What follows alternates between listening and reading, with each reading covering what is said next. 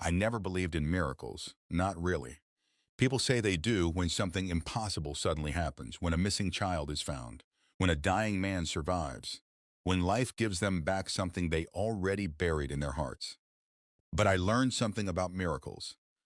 Sometimes they arrive wearing the face of your wife, and sometimes they should have stayed dead. My wife disappeared 3 months ago, 91 days.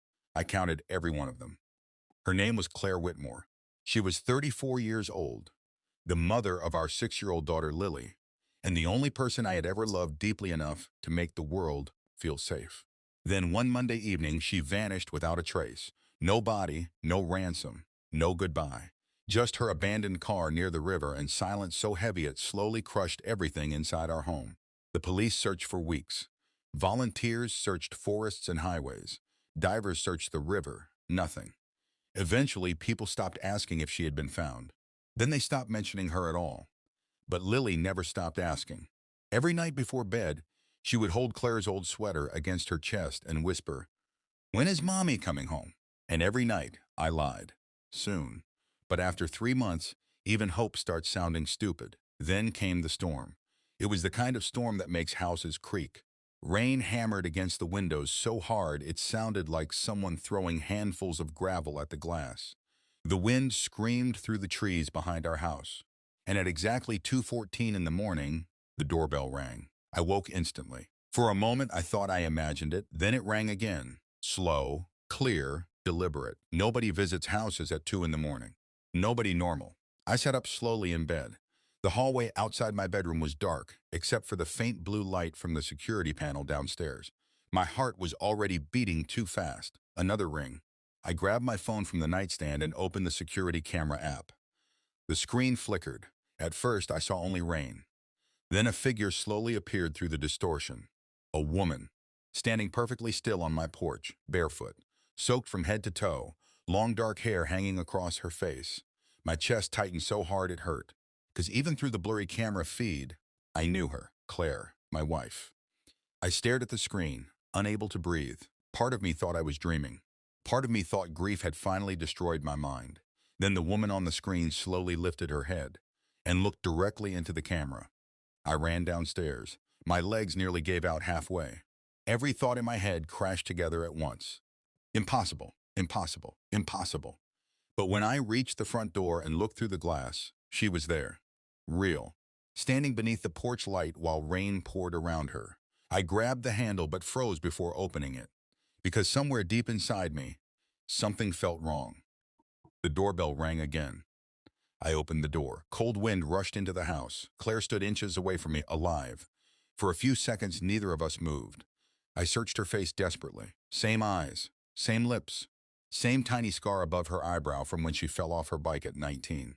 It was her. It had to be. Claire! My voice cracked saying her name. She looked at me silently. No tears, no relief, no emotion at all. That scared me more than anything. Because if someone disappears for 3 months and finally comes home, they don't stand there like a stranger. I stepped toward her slowly. Oh my God. I reached for her hand. The moment my fingers touched her skin, she flinched violently, like she thought I was going to hurt her. I pulled my hand back immediately. Claire, it's me. Her eyes moved across my face carefully, like she was trying to recognize someone from an old photograph. Then she whispered, "Can I come inside?" That was all she said. Not "I missed you," not "help me," not "where's Lily," just "can I come inside?" A chill moved through me. Still, I stepped aside. Claire walked into the house slowly. Water dripped from her clothes onto the wooden floor. She looked around the hallway like she had never seen it before. Her eyes stopped on the family picture hanging near the stairs. Me, Claire, Lily. Claire stared at it too long. I swallowed hard. "Claire, where have you been?" No response. "Are you hurt?" Still nothing. Then upstairs I heard movement. A small sleepy voice called out, "Daddy, Lily?" My stomach tightened. Before I could answer, Lily appeared at the top of the stairs in pink pajamas, rubbing her eyes. Then she saw Claire. For one perfect second, happiness exploded across her face. "Mommy," she ran downstairs as fast as her little legs could carry her. I expected Claire to react, to cry, to collapse, to hold our daughter. Instead, she just stood there. Lily threw herself into Claire's arms. Claire caught her awkwardly, stiff and uncertain, like she had never held a child before. Lily buried her face against Claire's chest and started sobbing. You came back? You came back. Claire looked down slowly. Then she looked at me and asked, who is this? Everything inside me stopped. Lily looked up, confused. Mommy? Claire stared at her blankly. I stepped forward carefully. Claire, this is Lily. Her expression didn't change. Lily's smile slowly disappeared. The room suddenly felt freezing cold. Claire whispered softly, I don't remember her. Lily began crying again. Not loud crying, the scared kind. The kind children make when they realize something is wrong, but don't understand what. I pulled Lily gently away from Claire. It's okay, sweetheart. But it wasn't okay. Nothing about this was okay. Claire looked exhausted. Her eyes moved constantly around the room like she expected something terrible to happen. I grabbed a blanket from the couch and wrapped it around her shoulders. She flinched again. Every small movement frightened her.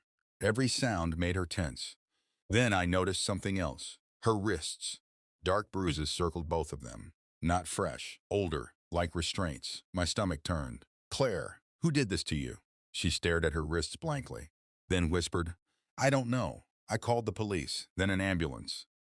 Within 20 minutes, our quiet street filled with flashing lights. Detective Harris arrived first. The same detective who had spent 3 months investigating Claire's disappearance. When he stepped inside and saw her sitting on the couch, his face lost all color. For several seconds, he simply stared. Then he whispered, Jesus Christ. Claire looked up at him. No recognition, no reaction. Harris crouched carefully in front of her. Mrs. Whitmore, can you tell me where you've been? Claire blinked slowly. Silence. Do you remember leaving home? Nothing. Do you know who took you? Claire's breathing suddenly changed, fast, uneven, terrified. She covered her ears tightly. Don't make me remember. The paramedics exchanged nervous looks. Harris glanced at me. I could see it in his face. This wasn't normal, not even close. At the hospital, doctors examined Claire for hours. Lily fell asleep, curled against my chest in the waiting room, while I sat beneath fluorescent lights listening to machines beep down endless hallways. At nearly 5 in the morning, a doctor finally approached me. She's physically stable. What happened to her? He hesitated. We're not entirely sure. Does she remember anything? Fragments. What does that mean? She remembers certain words, certain images, but large sections of memory appear missing. I rubbed my face hard. Will it come back? Possibly. Possibly. I hated that word. The doctor lowered his voice. She's displaying signs of severe trauma. My chest tightened. What kind of trauma? We don't know yet. That answer followed me home like a shadow.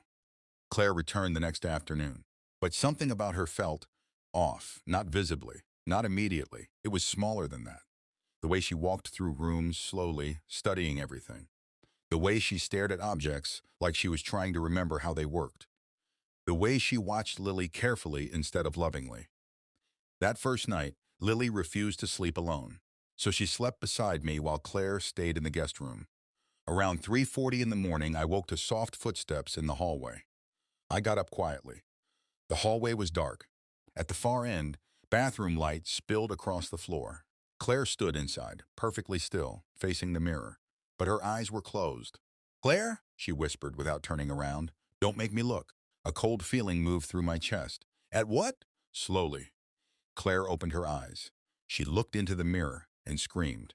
The sound ripped through the house. Raw, animal, terrified.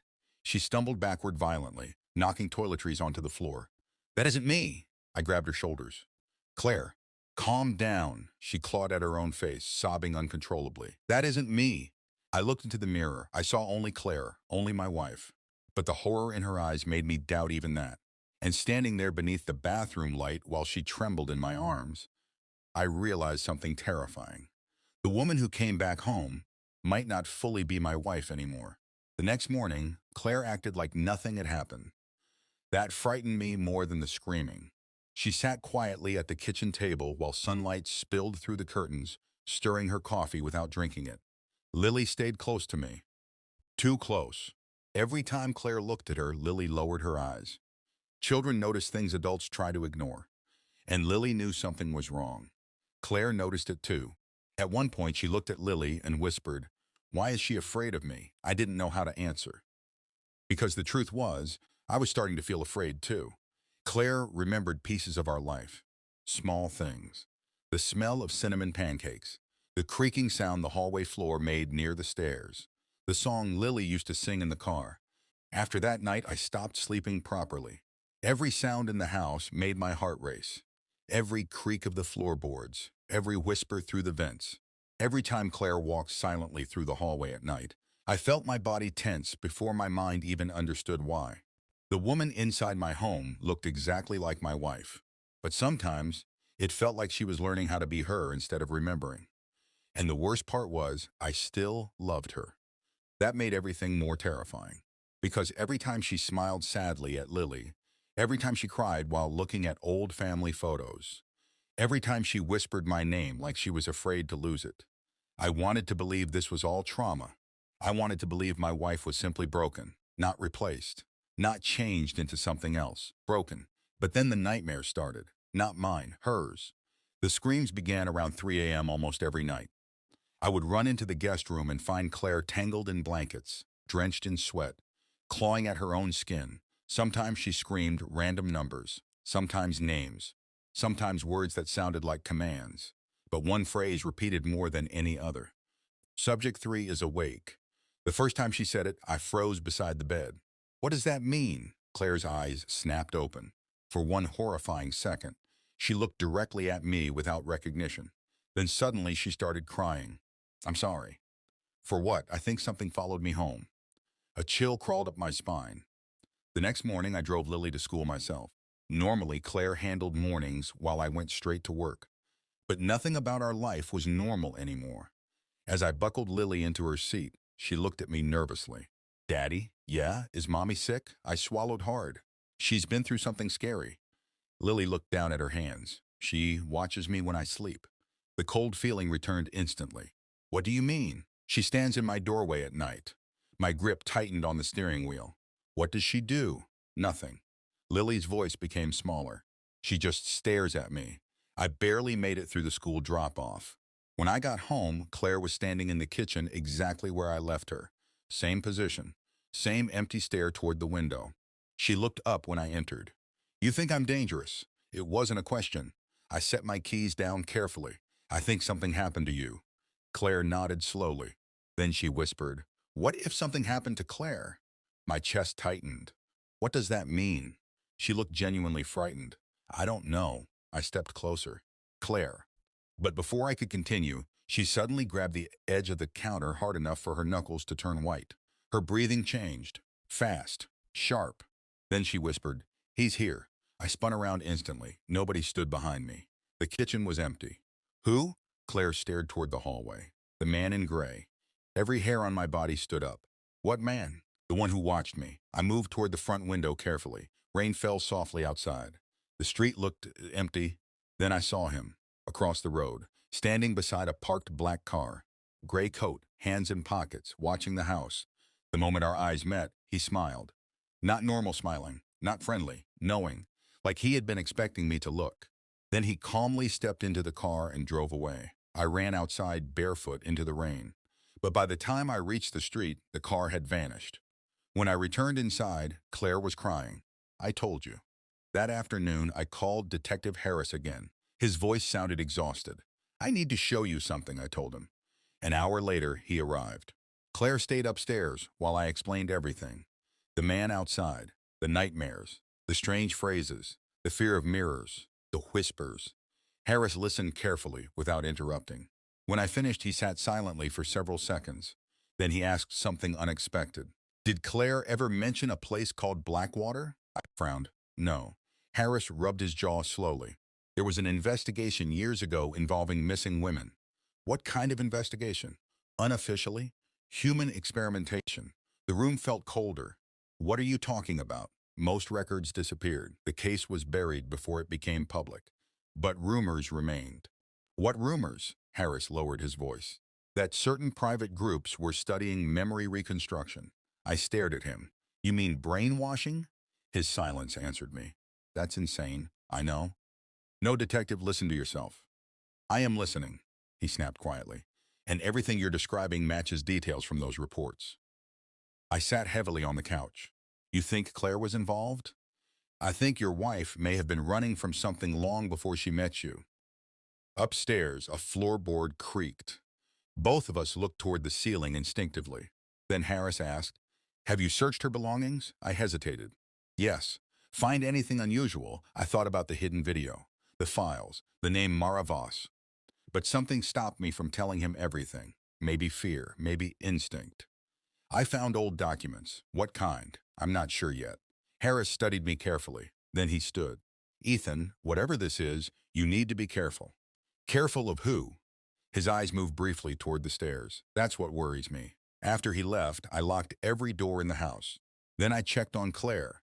She sat curled up on the guest bed, holding one of Lily's stuffed animals tightly against her chest. When she saw me, she looked ashamed. I scared Lily. I sat beside her carefully. She's confused. Claire stared down at the stuffed animal. So am I. For several seconds, neither of us spoke. Then quietly, she asked, "Do you still love me?" The question destroyed me, because I didn't know how to answer, honestly. I loved the woman I married. I loved the mother of my daughter. But the person sitting beside me sometimes felt like a stranger wearing her memories. Still, I reached for her hand, and this time, she didn't flinch. "Yes," I whispered. Claire started crying silently. Then she leaned forward and pressed her forehead against my chest. I'm trying so hard to remember how to be her. My blood turned cold. How to be who? Claire suddenly stiffened. Slowly, she pulled away from me. Fear filled her eyes. I didn't mean that, but she did. That night, I couldn't stop thinking about the hidden files. Around midnight, while Claire slept, I opened her laptop again. The folder contained dozens of documents I hadn't fully examined. Most were encrypted. Some contained medical terminology I barely understood. Neural imprinting, behavioral conditioning, identity stabilization, recovery integration. My hands trembled as I opened another video file. This one was shorter. The footage was shaky, like it had been recorded secretly. A dim hallway appeared on screen, white walls, metal doors, red emergency lighting.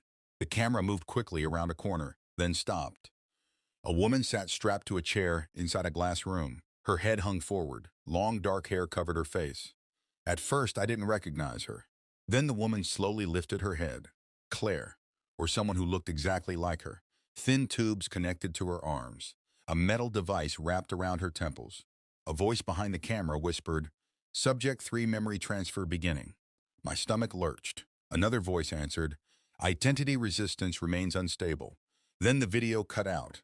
I sat frozen in darkness. Memory transfer, identity resistance. The words echoed through my skull. Suddenly, footsteps creaked behind me. I spun around. Claire stood in the doorway, her face pale, her eyes locked onto the laptop screen. Then she whispered something that made my blood run cold. "That room smells like bleach." I stared at her. "What?" Claire looked confused, then frightened. I, I remember the smell. Slowly, she stepped toward the laptop. Her breathing became uneven. Then she pointed at the paused video frame. "There's another chair behind the camera." I looked carefully. Nothing was visible. "How do you know that?" Claire's voice dropped to almost nothing. "Because I sat in it." The room felt suddenly smaller, like the walls themselves were listening. Claire stood frozen beside the laptop, staring at the paused video frame with horror spreading slowly across her face. "You sat in it?" She nodded weakly. "I think so." "What do you mean you think so?" Claire pressed trembling fingers against her temples. "It's like pieces are breaking loose." I stood up slowly. "Claire, what happened in that place?" Her breathing became shaky again. "I don't remember everything." "Try." She closed her eyes tightly. For several seconds, only silence filled the room. Then she whispered, "There were lights above me." "What kind of lights?" "White." Tears slid down her cheeks. "And voices." "Whose voices?" "I never saw their faces." She opened her eyes suddenly. "They kept calling me Subject 3. My throat tightened. "Why?" Claire looked terrified. "I don't know." But I could tell she was lying, or maybe protecting herself from remembering. She sat down slowly on the edge of the bed. "I remember a hallway." "The red hallway?" She nodded. "There were doors on both sides." "What was behind them?" Claire's expression darkened. "Women." A chill spread through me. "What women?" "Some crying, some screaming, some empty." I sat beside her carefully. "What did they do to you?" Claire swallowed hard. "They made us watch things." "What things?" She stared toward the floor. "Videos, faces, memories." "What does that mean?" Her voice became barely audible. They said memories could be copied. I stared at her. No. Claire looked at me with tears in her eyes. They called it transfer conditioning. That's impossible. I know. No, Claire. That's insane. They wanted us to believe we were someone else. My chest tightened painfully. Why? They said identity is just repetition. The room suddenly felt freezing cold. Claire continued quietly. They would show us photographs, home videos, personal details, over and over again. My stomach twisted. They gave us lives. A horrible thought entered my mind. What if? I couldn't finish the sentence. Claire already knew. What if I'm not the original Claire? Silence swallowed the room. I didn't answer.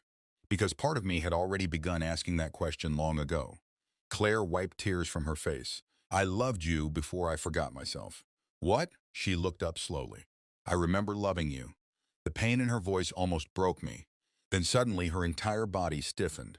Her eyes moved toward the hallway. What is it? Claire whispered. He's close.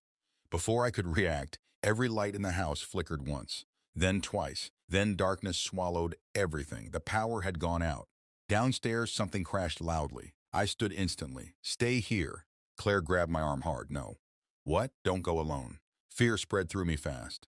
I opened the bedroom drawer and grabbed the handgun I had hidden there days earlier.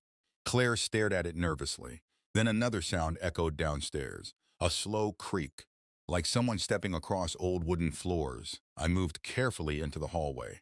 Claire followed close behind. The house was almost completely dark except for weak moonlight bleeding through the windows. Another creak.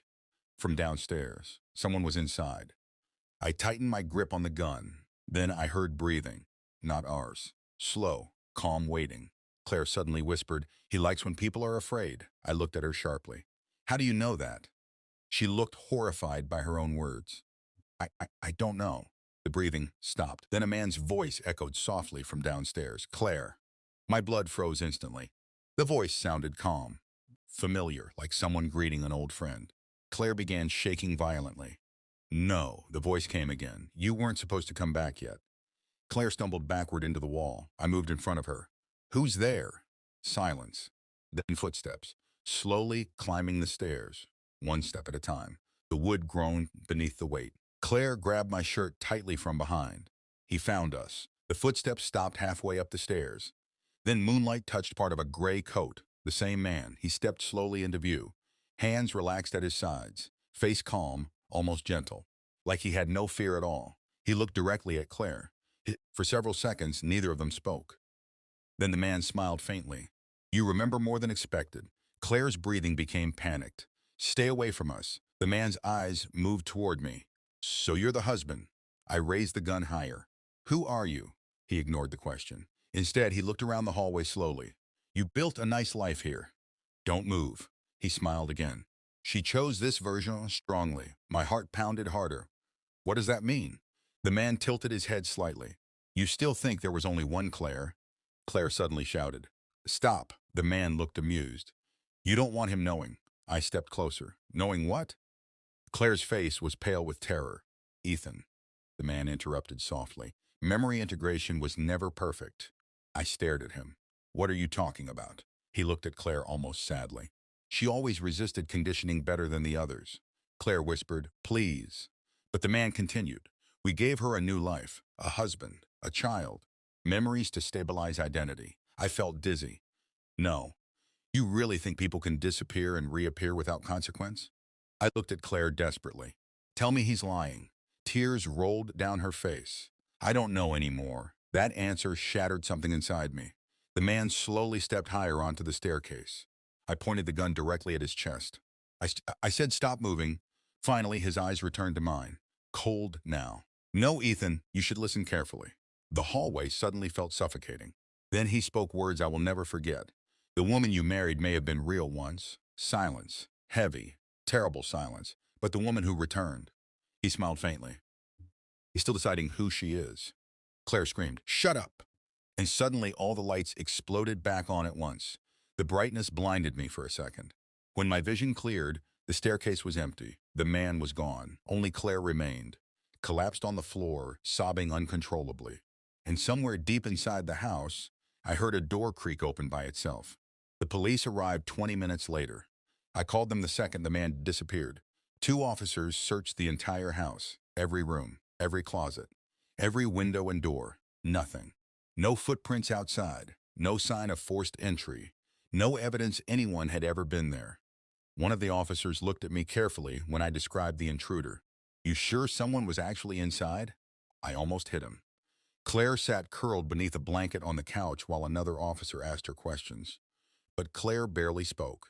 She only stared at the hallway upstairs, like she expected the man to appear again at any second.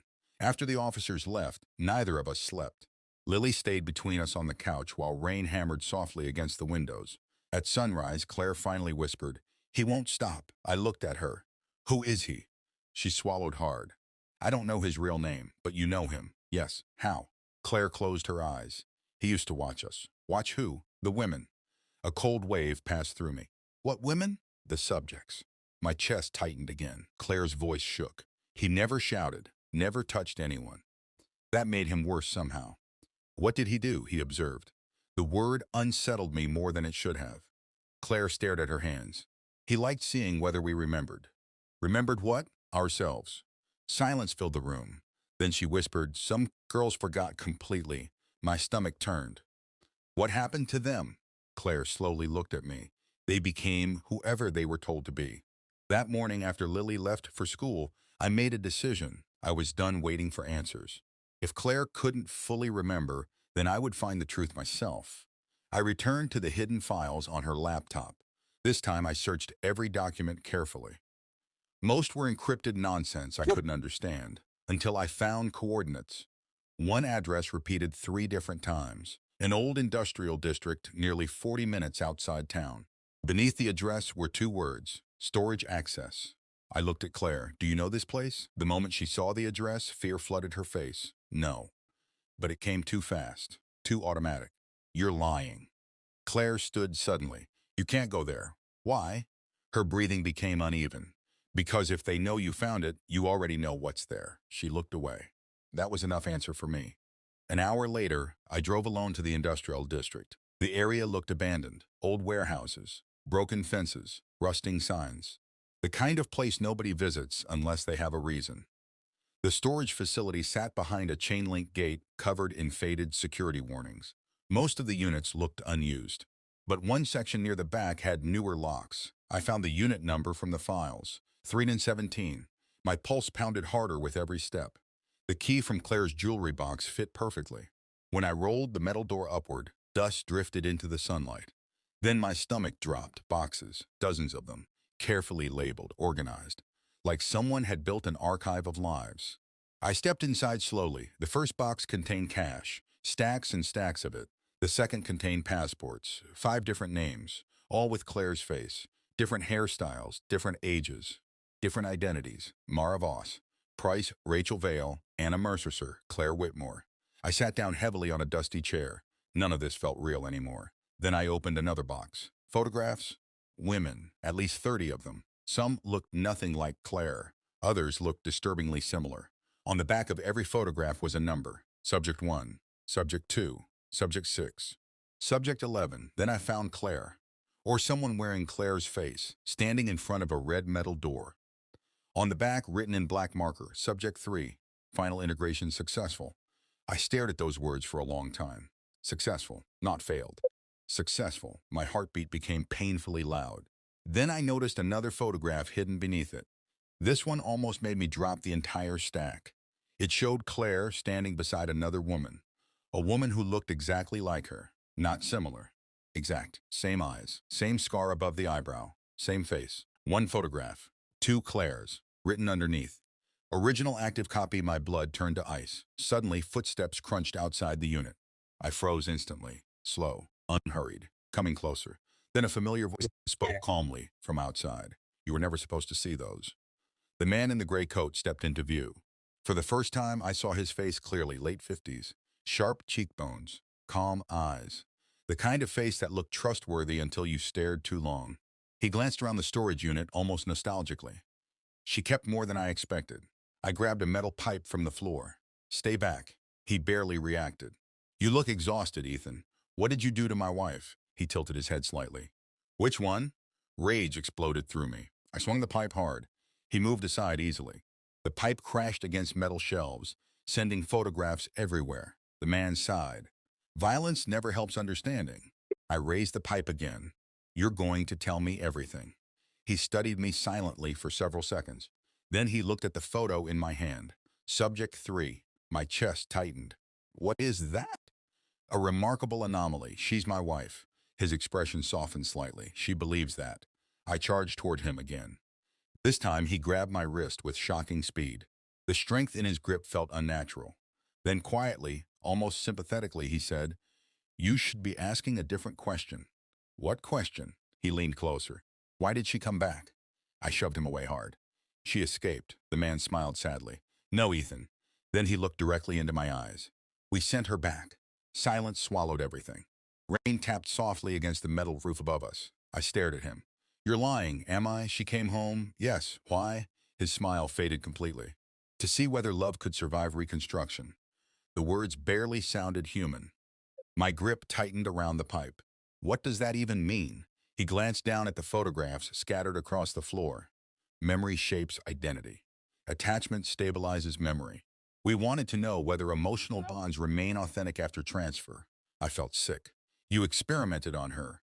We perfected her." My vision blurred with rage. I swung the pipe again. This time it connected with his shoulder. The man stumbled backwards slightly. Not much. Almost like the pain didn't matter. Then he laughed quietly. "That reaction means the integration worked." I stared at him in horror. "You people are insane, perhaps." He adjusted his gray coat calmly. "But your wife loved you before she remembered how." A horrible thought entered my mind. What if she isn't my wife? The man's eyes darkened slightly. "That depends how you define a person." I backed away slowly. "No. You humans believe identity is sacred, fixed, singular." He smiled faintly. "It isn't." I looked again at the photograph labeled original active copy. "Where is the original Claire?" For the first time, the man hesitated, just slightly. Then he answered softly, "Not every version survives the red door." Fear crawled up my spine. "What is the red door?" His expression became unreadable. "You'll know soon enough." Then suddenly his phone vibrated inside his coat. He answered immediately, listened silently, then looked at me and smiled. She remembers faster than expected. Before I could react, he turned and walked away. I ran after him. But outside, the parking lot was empty. No car, no footsteps, nothing. Only rain.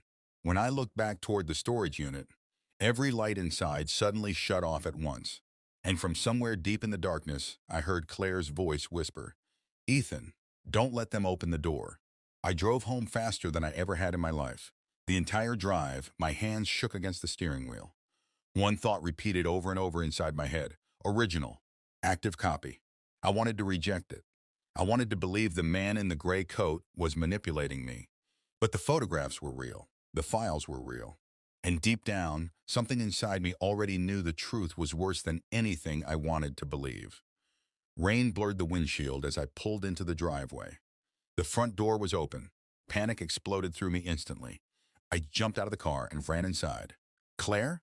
No answer. "Lily?" Then I heard crying upstairs. I sprinted toward the sound. Claire sat on the floor of Lily's bedroom, clutching one of Lily's blankets tightly against her chest. She looked terrified. Not dangerous. Not cold. Terrified. The moment she saw me, she whispered, "He talked to you."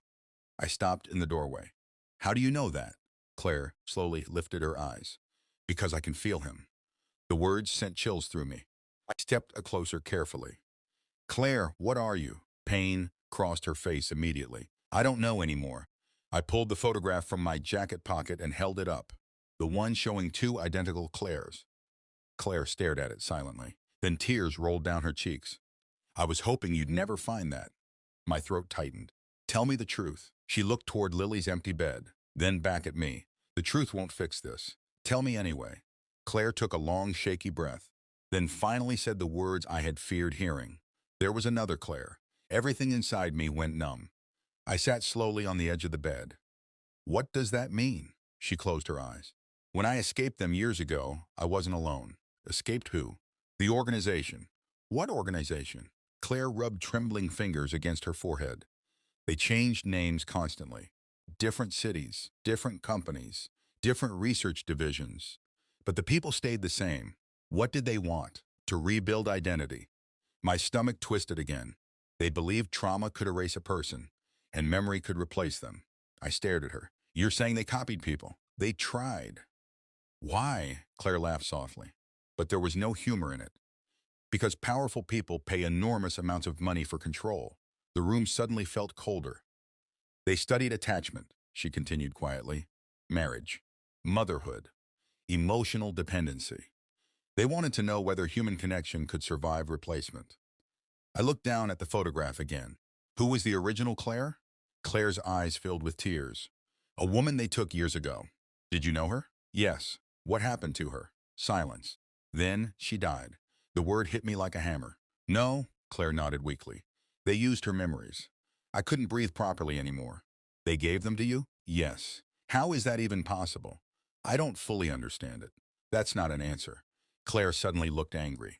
You think I wanted this? The pain in her voice stunned me silent. Tears streamed down her face now. They broke people apart piece by piece until nothing was left. Then they rebuilt us using memories, recordings, photographs, emotional conditioning. She pointed toward herself. I became Claire slowly. My hands shook.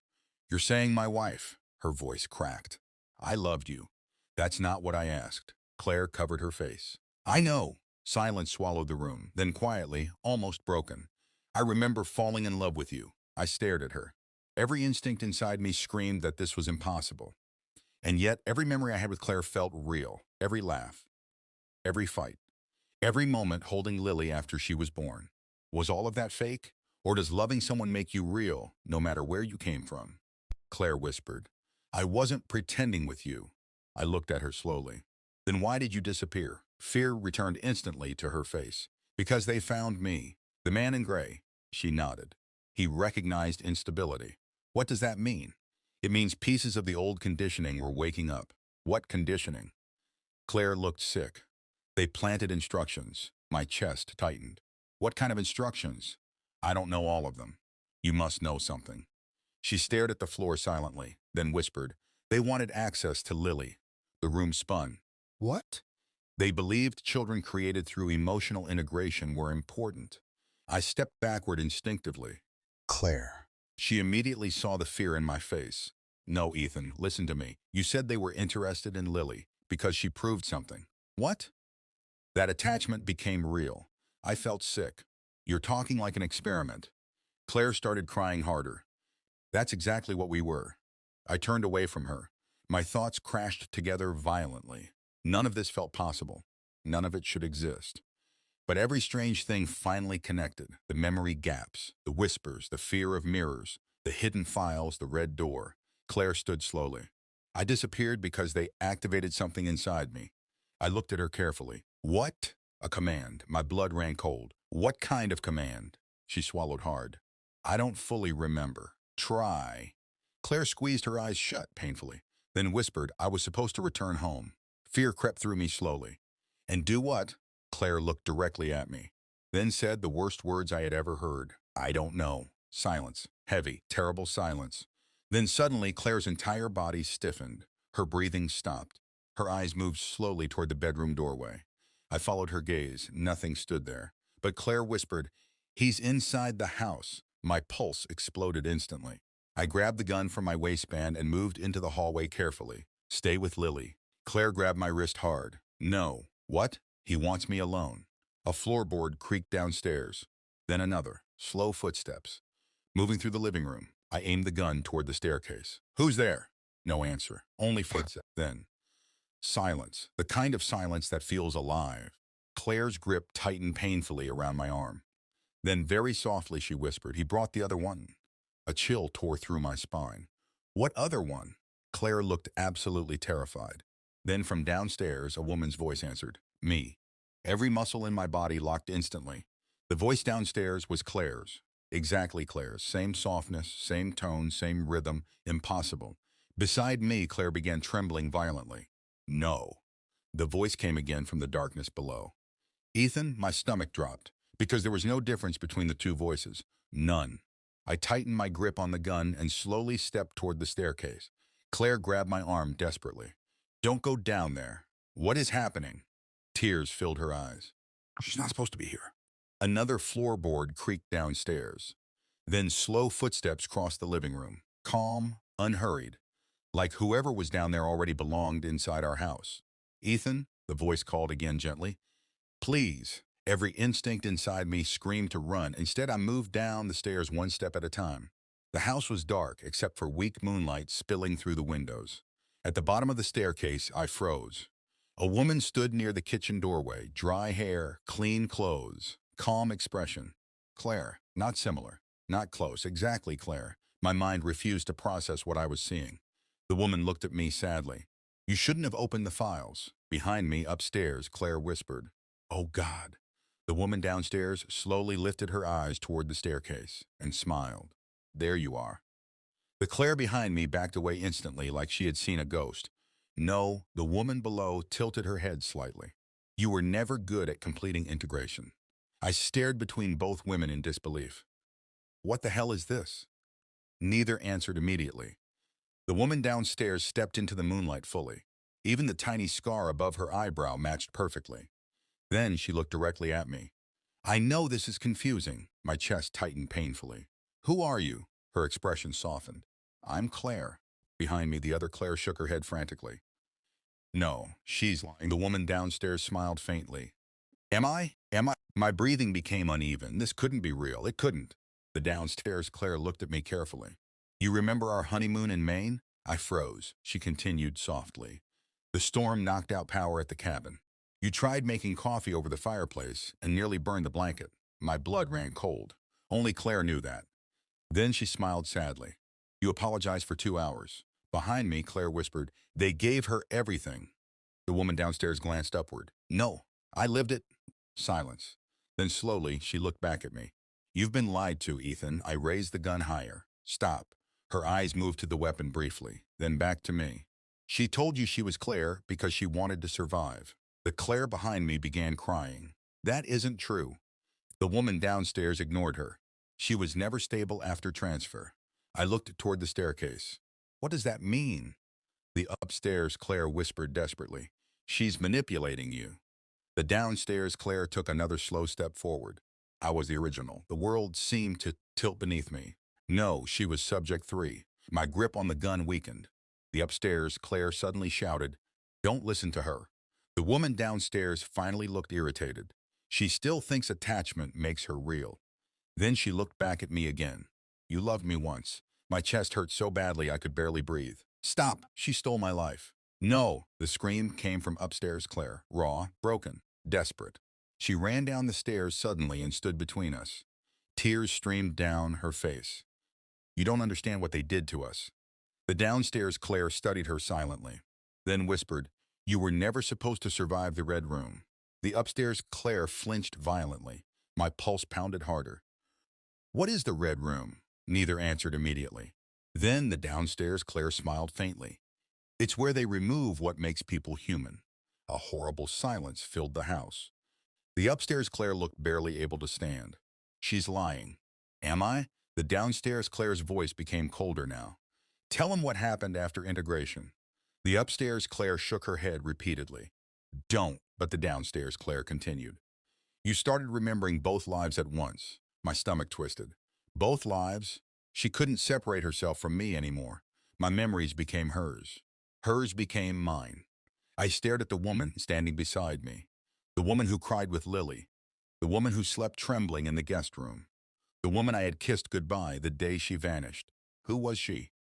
The downstairs Claire slowly looked at me again. "She isn't your wife, Ethan." The upstairs Claire whispered, "I chose him." The downstairs Claire smiled sadly. "That was the conditioning."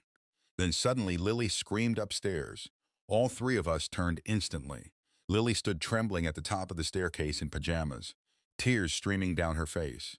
"Mommy?" Both women looked at her. That was the moment everything changed, because the downstairs Claire smiled warmly. But the upstairs Claire looked terrified. Not for herself. For Lily.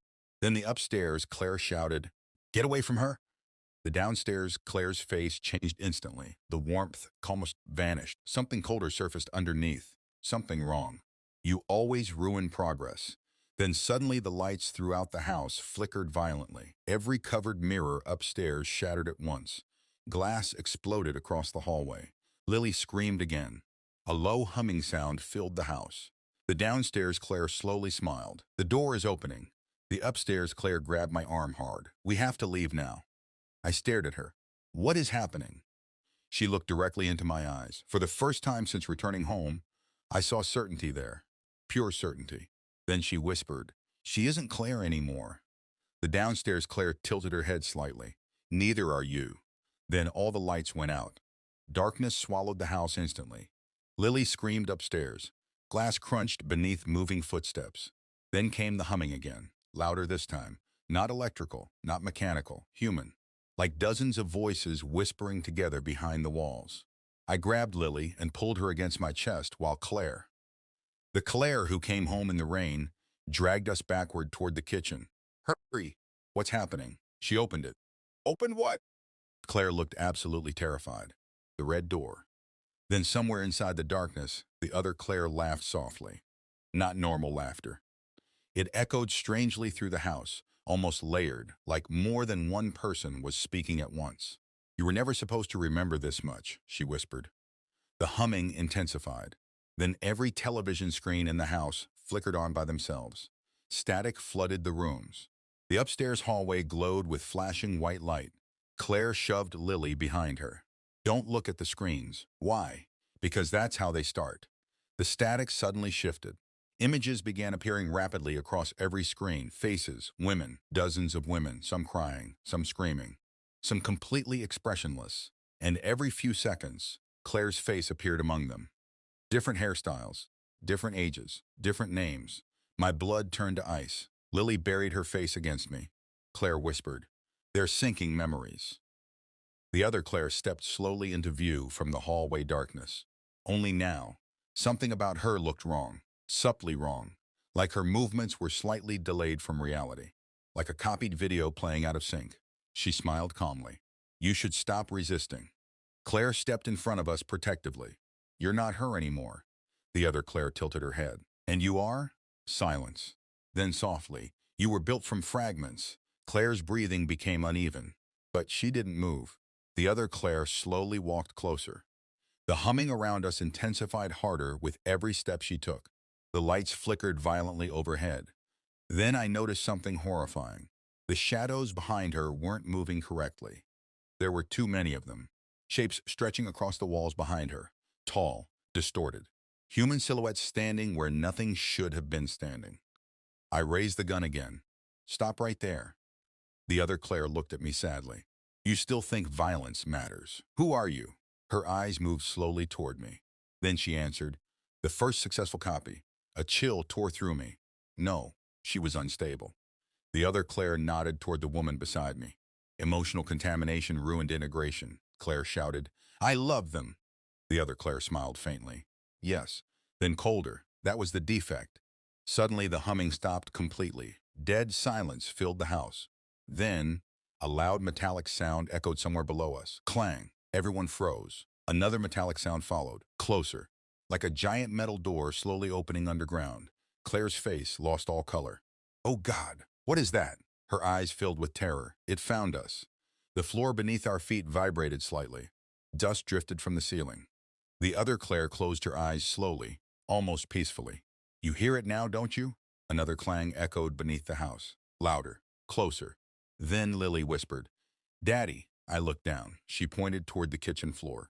Thin red light was glowing between the wooden floorboards. My blood turned cold instantly. The red glow spread slowly across the floor like veins beneath the house. Claire grabbed my arm hard. "We have to leave now."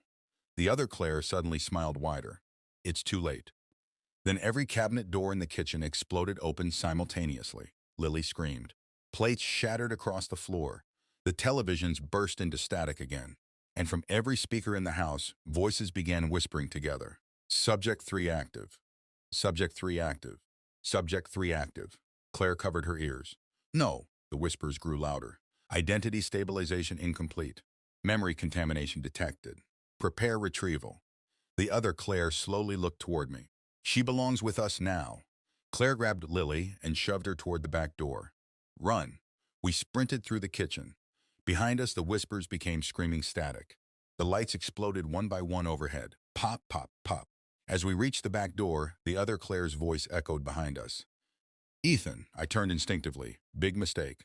For one horrifying second, I saw her clearly. Not Claire, not fully. Her face flickered unnaturally like overlapping images struggling to align. Multiple expressions moving beneath the skin. Smiling, crying, screaming. Then her mouth opened wider than humanly possible. And dozens of voices spoke at once. She was never meant to love you. Claire slammed the back door open and dragged me outside into the storm. Rain crashed against us instantly. We ran toward the car while thunder exploded overhead. Behind us, every light inside the house glowed deep red. The upstairs windows filled with moving silhouettes. Too many silhouettes, watching us, waiting. Claire shoved Lily into the back seat. Hurry. I started the engine with shaking hands. As the headlights swept across the house, I saw the other Claire standing at the upstairs window, perfectly still, smiling. Then the front door slowly opened behind her, and people began stepping out of the darkness inside the house. Women, all with Claire's face. My body went numb. Different ages, different clothing, different expressions, but all identical. One by one, they stepped onto the porch and stared toward us silently. Claire saw them too, and began crying. No, I slammed the car into reverse. The tires screeched across wet pavement. As we sped away, Lily looked through the rear window and whispered, Daddy. I glanced back once. Every woman on the porch lifted one hand simultaneously, like they were waving goodbye. Then all the porch lights went black. We drove for nearly an hour without speaking. Rain hammered the windshield. Claire sat shaking in the passenger seat while Lily slept curled beneath a blanket in the back. Finally, I whispered, What was that? Claire stared ahead blankly, then quietly answered, The red door was never a room. I gripped the steering wheel harder. Then what is it? Claire's voice cracked. It's a place where identities are copied. Fear spread slowly through my chest. No, they didn't just experiment on memories. She looked at me with tears in her eyes. They experimented on souls. Silence filled the car. Then she whispered something that made my blood run cold completely. And I think they finally found the original Claire. The rain finally stopped just before sunrise. We pulled into an empty motel parking lot nearly 2 towns away from home. The neon vacancy sign buzzed weakly above the office. Everything about the place felt forgotten, which was exactly what we needed. Claire kept looking over her shoulder as we walked Lily into the room, like she expected someone to emerge from the darkness at any second. Once the door was locked, Lily immediately curled beneath the blanket on one of the beds and fell asleep from exhaustion. For several minutes, neither Claire nor I spoke. The silence between us felt heavier than ever. Finally, I looked at her. What did you mean they found the original Claire? Claire sat slowly at the edge of the bed. Her face looked pale beneath the dim motel light. I thought she was dead. You said they used her memories. They did. Then how can she still be alive? Claire rubbed trembling hands together. Because they never fully erase anyone. The room suddenly felt colder. What does that mean? Claire stared toward the sleeping shape of Lily. The process was never clean. I sat across from her. What process? She hesitated. Then finally said, Replication. My chest tightened. They copied people. Not physically at first. What does that mean? Claire swallowed hard. They copied identity patterns, emotional reactions, memory structures. That's impossible. I know. No, Claire. Listen to yourself. Tears filled her eyes again. You think I haven't said the same thing to myself every day? Silence settled between us. Then softly, she continued. The original Claire Whitmore was taken years before you met me. I felt sick instantly. How? I don't know everything, only fragments. Tell me the fragments.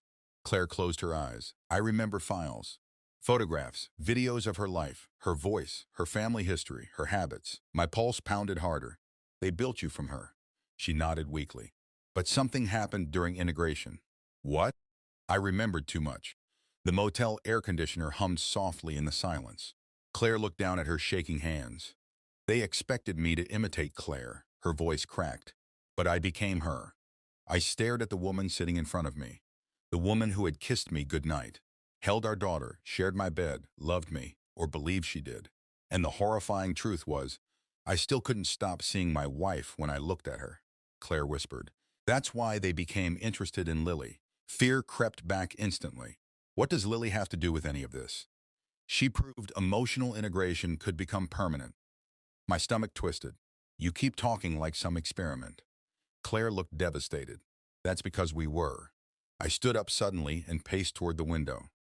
The parking lot outside looked empty. But after everything I had seen, emptiness no longer felt safe. What happens now? Claire didn't answer immediately. Then quietly, they'll keep searching. For you, for all of us. I turned toward her sharply. Why? Because if integration became real, her voice lowered, then they lost control. That frightened me more than anything else. Because for the first time, I realized the people chasing Claire weren't just trying to recover an escaped subject. They were trying to hide proof. Proof that whatever they created had become human. Then suddenly Claire froze. Her eyes moved slowly toward the motel television. The screen had turned on by itself. Static filled the room. My pulse exploded instantly. Claire. The static flickered. Then an image appeared. A woman sitting in darkness. Long dark hair. Pale. Nobody moved. The red crack across the motel mirror spread slowly through the glass like veins. Another knock echoed at the door. Soft, patient, almost polite. Claire backed farther away, shaking violently. That isn't her. But the voice outside sounded exactly like Claire. Perfectly. Ethan, please. I tightened my grip on the gun. Lily clung to my side, silently crying. Then the woman outside laughed softly, and suddenly the voice changed. Not completely, just enough. Like several voices speaking underneath one another. Open the door. The motel lights flickered again. Then the humming returned, low, deep. Every wall in the room vibrated faintly with it.